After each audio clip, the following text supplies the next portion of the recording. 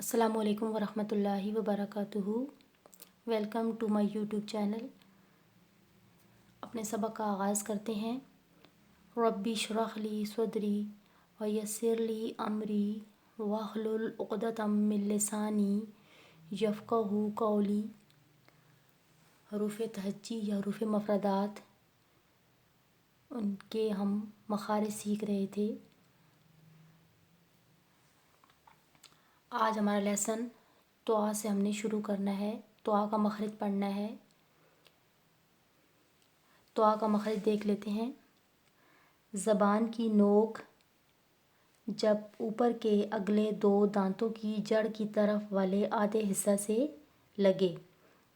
زبان کی نوک جب اوپر کے اگلے والے جو دو دانت ہوتے ہیں ان کی جو جڑ کی طرف والے آدھے حصے سے لگے تو طاء ادا ہوتا ہے۔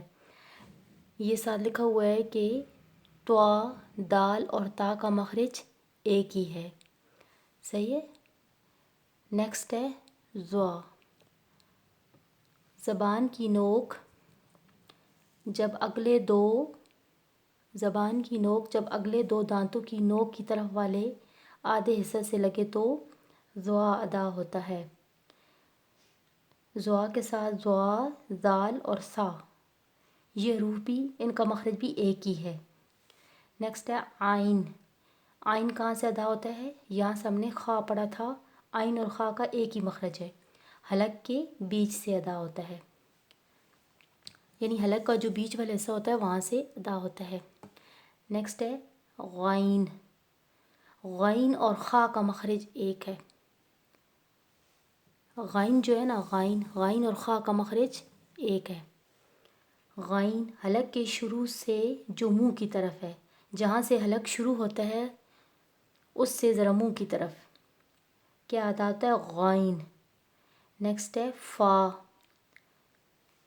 فا کہاں سے ادا ہوتا ہے؟ اوپر کے اگلے دونوں دانتوں کی نوک جب نیچے کے ہونٹ کے اندر والے حصہ سے لگے تو فا ادا ہوتا ہے۔ اوپر کے اگلے دونوں دانتوں کی جو نوک ہوتی ہے وہ نیچے والے جو ہونٹ ہوتے ہیں ان کے اندر والے حصے پہ جب لگے فا۔ اوپر کے اگلے دونوں دانتوں کی نوک جب نیچے کے ہونٹ کے اندر والے حصے سے لگے تو کیا ادا ہوتا ہے؟ فا۔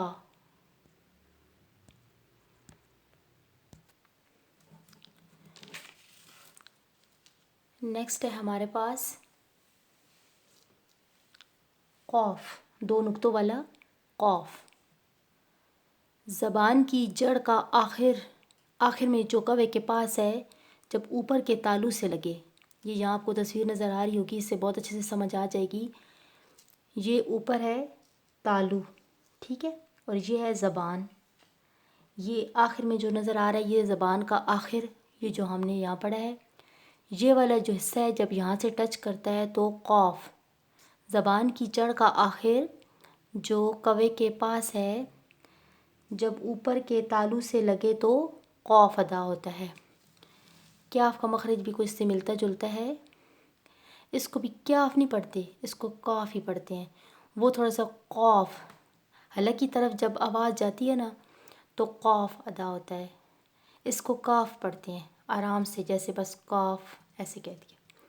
زبان کی جڑ کا آخر جو کوے کے پاس ہے، اسی جگہ سے ذرا منہ کی جانب، یعنی کہ دونوں کا مخرج ملتا جلتا ہے، زبان اور یہ جو اوپر کا تالو ہے، اس سے یہاں پہ تو ہم نے پڑھا ہے قاف ادا ہوتا تھا، اس سے ذرا منہ کی جانب، اب یہ تالو منہ کی طرف آ رہا ہے نا، یہ دیکھیں، اور یہ زبان ہے تو یہاں سے ادا ہوتا ہے کاف۔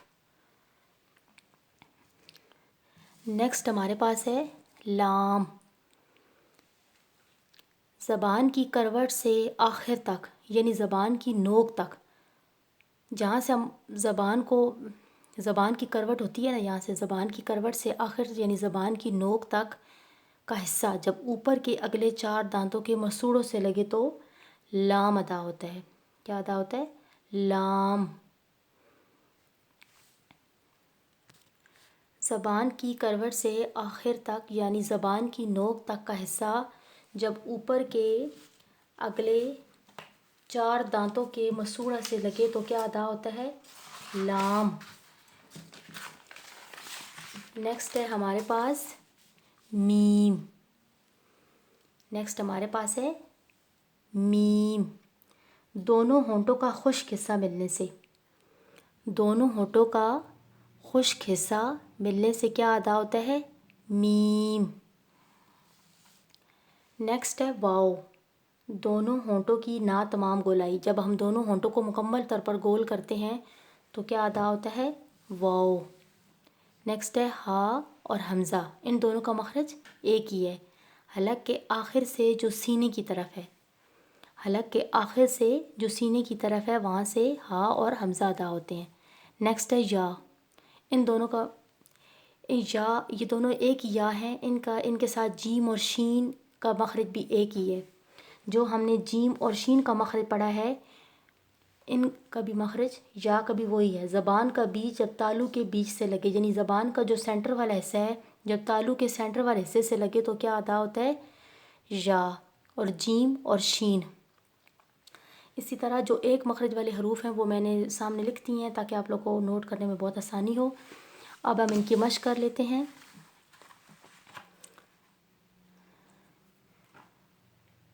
تو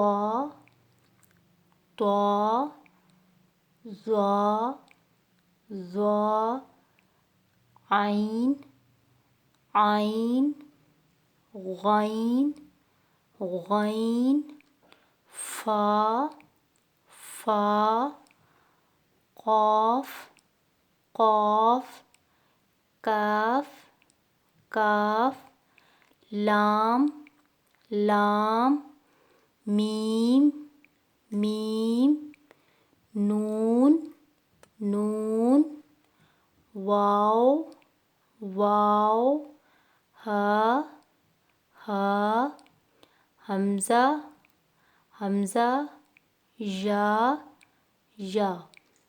اسی طرح ہم نے تمام حروف کے مخارج الحمدللہ سیکھ لیے ہیں. ہم کو پتہ چل گیا کون سا حرف کہاں سے ادا کرنا ہے. اب ہم نے پوری کوشش کرنی ہے کہ اسی طرح ادا کریں.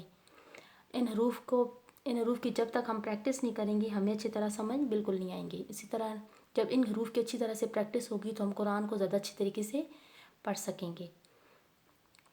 انشاءاللہ نیکسٹ لیسن میں ہم کچھ اور سیکھیں گے. السلام علیکم ورحمۃ اللہ وبرکاتہ.